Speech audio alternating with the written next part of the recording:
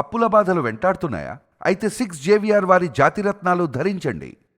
నల్గొండ జిల్లాలోని తెలంగాణ కాలనీలో జరిగిన ఒక ఘోరమైన హత్య ఉదంతానికి సంబంధించి పోలీసులు నిందితులను అరెస్ట్ చేశారు. అయితే తెలంగాణ వ్యాప్తంగా ఒక్కసారి కూడా రాష్ట్రం అంతా కూడా ఉలికిపడ్డది. ఒకే కుటుంబానికి చెందిన నలుగురిని గుర్తు తెలియని దుండగులు దారుణంగా కత్తిపోట్లతో చంపి వదిలేసిన దారుణమైన ఘటనకు సంబంధించి అనేకమైన అనుమానాలు మొదటి నుంచి రేకెత్తించారు. తొలుత యూపీకి సంబంధించిన గ్యాంగ్ అని, లేదంటే ఇతర రాష్ట్రాల నుంచి దొంగతనాలకు వచ్చిన వారని, అంతకు ముందు ఆత్మహత్యగా దీన్ని భావించినప్పటికీ కూడా పోలీసులు దీంట్లో అనేక కోణాల్లో పరిశీలించిన తర్వాత మృతులకు సంబంధించిన సమీప బంధువులే హత్య చేసినట్లుగా తెలుస్తుంది. ఒకటి కాదు, రెండు కాదు, ఒక్కొక్కరి మీద, అంటే ఒకే ఇంట్లో 4 రోజుల తర్వాత 4 డెడ్ బాడీస్ని పోలీసులు స్థానికంగా ఉన్న ప్రజలంతా అంటే దుర్వాసన వస్తుందని చెప్పి సమాచారం అందించడంతో గేట్లు పగలగొట్టి లోపలికి వెళ్తే విషాదకరమైన దృశ్యాలు ఆ ఇంట్లో కనిపించాయి.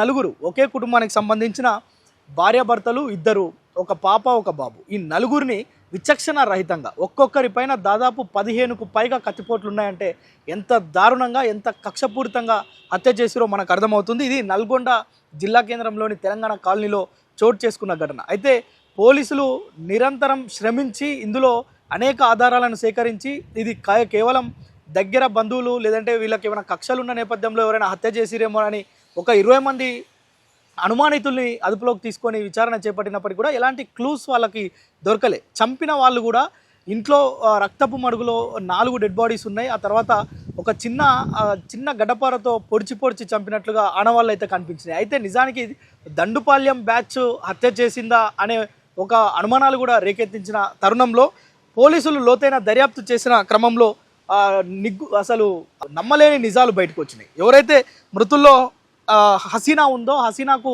రెండో భర్త, అదేవిధంగా ఆ కుటుంబానికి సంబంధించిన మొత్తం కూడా వారందరినీ మట్టుబెట్టారు.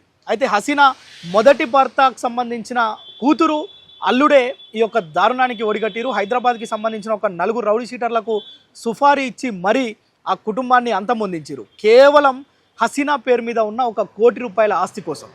కత్తిపోట్ల వివరాలు చెప్తే నిజంగా పోస్ట్ మార్టం చేసిన డాక్టర్లే కంగు తిన్నారంటే మీరు అర్థం చేసుకోండి ఎంత దారుణంగా కత్తిపోట్లు ఉన్నాయి ఒక్కొక్కరిపైన చెప్తానే. మీరు శరీరం పైన ఉన్న కత్తిపోట్లు సుల్తాన్ పైన, ఎవరైతే హసీనా భర్త సుల్తాన్ ఉన్నాడో తన పైన తలపై మోది 6 కత్తిపోట్లు ఉన్నాయి.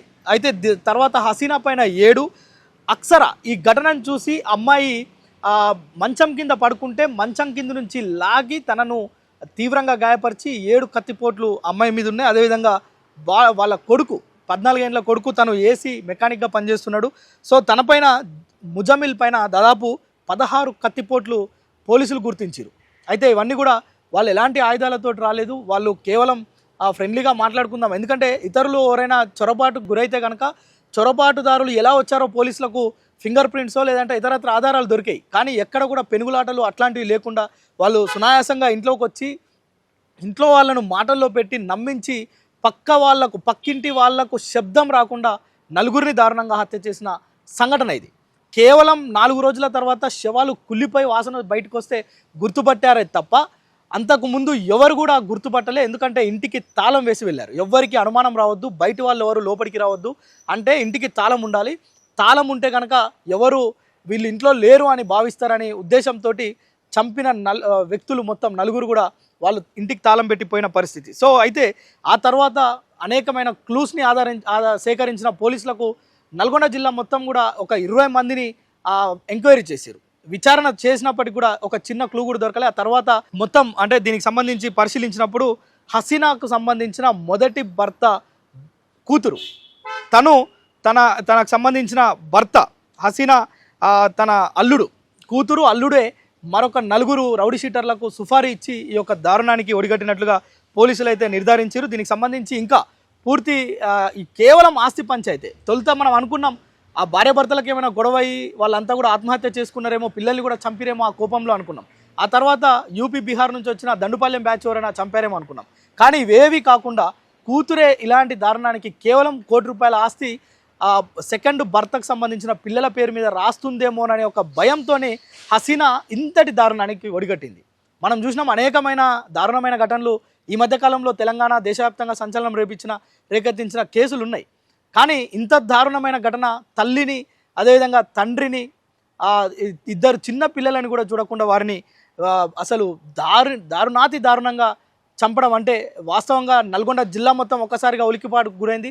దాదాపు ఒక 20 ఏళ్ళ క్రితం 15 ఏళ్ళ క్రితం బెల్లి లలితను చంపి ముక్కలు చేసి పెట్రోల్ బంక్ దగ్గర పెద్దగడారం సెంటర్లో నల్గొండలోని ప్రధానమైన చౌరస్తాలలో పెట్టిన సంఘటనను గుర్తు చేసుకున్నారు. అంటే ఇలాంటి దారుణమైన ఘటనలు నల్గొండలో ప్రస్తుతం కూడా చోటు చేసుకోవడం ఒక్కసారిగా ఉలికిపాటు గురి చేసింది. అయితే మొత్తానికి కేవలం ఆస్తి తగాదా వల్ల సొంత కూతురే, కడుపున పుట్టిన కూతురే తల్లిని, ఆ యొక్క తండ్రిని, కుటుంబ సభ్యులందరినీ హతమొంచింది అంటే వాస్తవంగా కూడా అక్కడ ఉన్న ప్రజలందరూ కూడా జీర్ణించుకోలేని పరిస్థితిలో ఉన్నారు.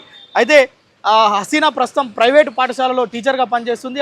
ఆ పాఠశాలకు సంబంధించిన విద్యార్థులు కావచ్చు, సహా తోటి టీచర్లు మొత్తం కూడా తీవ్రమైన ఆవేదన వ్యక్తం చేస్తున్నారు. అదేవిధంగా ఆ పిల్లలకు సంబంధించిన ఫ్రెండ్స్ కూడా ఇంటికి వచ్చి ఆవేదన వ్యక్తం చేస్తున్నారు. నిన్న మొన్నటి వరకు వాళ్ళతో కలిసి ఉన్న ఆ యొక్క ఇద్దరు కూడా పిల్లలు లేకపోవడంతో వారంతా కూడా ఆవేదన వ్యక్తం చేస్తున్నారు. సో ఈ బ్రూటల్ మర్డర్కి సంబంధించి పోస్ట్ మార్టం రిపోర్ట్లో చాలా కీలకమైన విషయాలు పోలీసులు వెల్లడించారు. నిజానికి అత్యంత కిరాతకంగా ఇంట్లో ఎర్రలను తోడేందుకు ఉపయోగించే చిన్న గడ్డపార లాంటి ఒక చువ్వతోటి వీళ్ళను ఇన్ని పోట్లు పొడిచేసారు.